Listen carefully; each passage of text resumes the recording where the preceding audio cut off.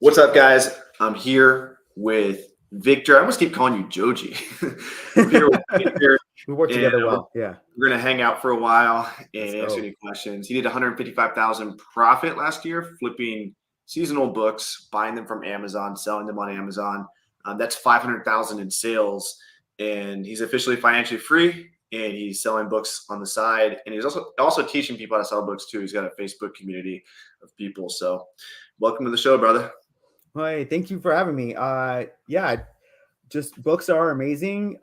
It deserves its own space. We have a lot of online arbitrage booksellers. We just have very few of them actually online doing any social media.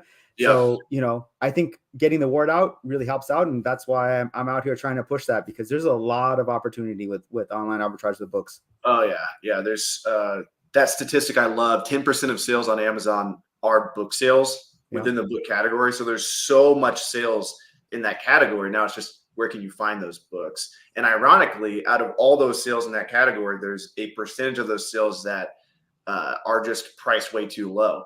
So what we can do is we can buy the extremely underpriced books, send them back in at the market value price, and make a profit from that. So That's that's what right. you do. And That's you right. literally made 155,000 profit last year doing this. Joji made 100K profit. There's people making way more money. There's probably like silent people out there making millions doing this. There's people making way more money than me. Yeah, I'm just happen to be out here a little bit more. But there are people I know because like we run a software program called Bookmine. We can see the analytics of how many people are on there. There are people on there every day, like they log in 10, 15 times a day. They're buying a ton of books. So yeah, there are secret online arbitrage booksellers on there. Yeah. And I think generally booksellers think a little bit smaller. And that this is nothing against booksellers, but you get people that, they go to the thrift store, they buy the book for $1, they sell it for 20. They're happy with that margin. They get up to 5 to 10,000 a month in sales. They're happy with a couple thousand extra, and they're like, all right, this is great. And even in the online book arbitrage community, you still get people, oh, I'm going to spend, 1,000 a month or 2,000 a month. But personally, like I'm a young man, I like it when people come in and they're like, I'm going to spend 50 grand a month. And you were just talking about somebody who came in with that mentality that you met at Miami Sellers Conference. Right. You came down to Miami Sellers Conference, networked with some online arbitrage sellers, traditional online arbitrage sellers who are buying, products like Nike products, scanners, just any other category other than books. And they're flipping items on Amazon. They spend sometimes 200 grand a month, if not more. Easily, right? But 50,000 is low for them, like 50 to 100,000, $200,000 a month. That's right. Yeah. And so now you have one of those guys coming in your community saying, hey, I want to spend 50 grand on books. And you're like, great, let's run it. You can do it. Yeah. Because right now, most people, I'm trying to convince them to get 10 books a day, which is about $160 a day worth of books. But, with online arbitrage, it's endless. I mean, basically, there's well over 3,000 books you could purchase this hour and then the next hour and then every hour after that. Because there's 100 million books on Amazon, and at any time there's market inefficiencies. So you just exploit that. Somebody accidentally priced the book wrong, or there's a pricing war going on, or Amazon just went out of stock. There's a ton of opportunities that you can purchase books dirt cheap and then a month or two later sell them. So yeah. Exactly. Yeah. So if you guys have questions at all, we'll be on here for, probably 15 minutes or so. Go ahead and ask any questions you have. And we got Victor here. We got me. And we'll answer any questions you guys have. So how'd you like Miami Sellers Conference? Oh, Miami Sellers Conference is awesome. I mean, I got to meet you in person the first time that's happened, right? We worked together for a while. And then I met a lot of, big players in the online arbitrage space, of just all together on Amazon, right? I got to see Steve Rakin, got to finally meet Joji in person. A lot of just, I got to like a lot of, keep pushing. There's a lot of opportunities here. Like, again, booksellers tend to think smaller, right? So I was thinking, hey, I'm selling 500,000. I'm one of the biggest players in the book market. But like going compared to everyone else, I'm barely holding it up, right? I need to go out there and push it even more. So coming back from an event like that made me realize what's possible. I need to go out there and push it even harder. So yeah, that's what really helped me in Miami Sellers Conference. And I'll go back again. I'm coming back again next year. That and our book conference, right? Yeah, we got a bookselling conference coming up in Vegas. We'll be at the Golden Nugget. It's going to be just for booksellers. Yeah. and yeah, super excited for that. So hopefully we'll get 100 plus people there. We think we're going to get well over 100 people. We already have some confirmed people who said they're coming, and other ones who have said more than likely they're coming. So excited about all that. We got a question from Mega Man Win saying best place in Texas to get bulk books. I would just call every thrift store around you, ask if they sell books in bulk. You can call libraries, bigger libraries. I actually have my partner for restricted inventory in Texas, and he works with high schools. So that's another source you could tap into. Basically anywhere with pallets of books. So libraries, sometimes we'll have pallets of books, and then thrift stores almost always do. It's just a matter of negotiating with them and getting the books at a good price. I would also say contacting like a Goodwill, but like the central location of a Goodwill, because they'll sometimes if they get overloaded with books, they'll sell you pallets of books. And I've heard that happening, when I'm following some other booksellers that tend to do that. So it's awesome. How do you scale this business when you only have a small amount of capital? You get books for free. You go to Nextdoor. You download the Nextdoor app. You post, I will pick up your books at no charge. I have an online business where I sell your books. I'll get your books back into the hands of readers one way or another. And you post that every single week. You post on Facebook Marketplace, or you look on Facebook Marketplace for books. You go to Craigslist, look for books for free. You go to estate sales. You negotiate books for $1 or $2. If you're willing, go to libraries, go to thrift stores, and pay $1, $2, $3 for books. Only buy books that are going to make you $20 plus. Pretty soon, if you do that, if you actually do that, Chelsea, you're going to have way more money coming in than you know what to do with in terms of running the business. So eventually, you're going to have so much profit where it's like, oh, what do I do with this excess profit? Because you can buy software, you can buy a warehouse, whatever. But if you're strictly buying inventory with a book business, you can be cash flow positive very quickly, especially if you're getting your books for free. And that's really the name of the game. With wholesale, like even now to this day, like I've done 30,000 profit the last 30 days, but I can take all that profit and just instantly throw it back into product. And so what I mean by you're going to have more money than you know what to do with is you're literally going to have so much Amazon payout, which may only be like $1,000 or so, but you're going to be like, where can I spend this? If you spend that $1,000 on dollar books, it's going to be a $10,000 payout. And then pretty soon you're like, all right, I have excess money. And that doesn't happen much in other inventory-based businesses, but it does in the book business. So that's why it's awesome. Yeah. Exactly that. That's right. And then once you start getting those big payouts, you can start doing some online arbitrage, online book arbitrage.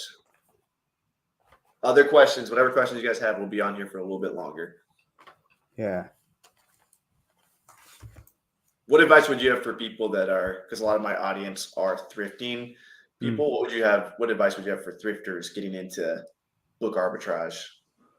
That we are very similar to you, what you're doing, right? You're out there basically scanning a ton of books and looking for books that turn green, right? So but we're just doing that same thing, but we're just doing it with Keepa or with Bookmine. Basically what we're doing is we're putting everything back to just one shelf and telling you, hey, these are the books to go and look at, because these books have really good rank. These have they sell really well, and they for pretty high prices.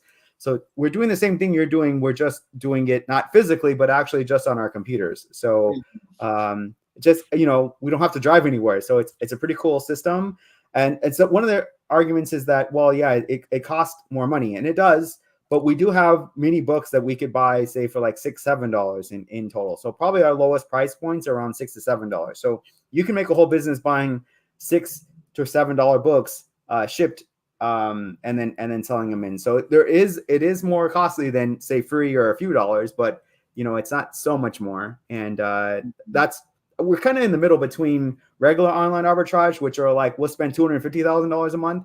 And then we have people who are just like, I don't want to spend $200 a month. So we're in that middle space. I tend to see like book online arbitrage people doing.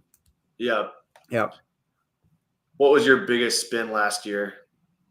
Like the biggest month spend? Oh, yeah. So actually it's March and April for me. I'm spending probably right around $50,000. So that, like I'm saying, my biggest month is most online arbitrages people's like lowest month, but that's a huge month for me. March March tends to be around 50, April around like 40 and stuff like that, because these are the best times to be buying seasonal books. High school books and even Christmas books right now are great to be buying. So do you get much of a May bump?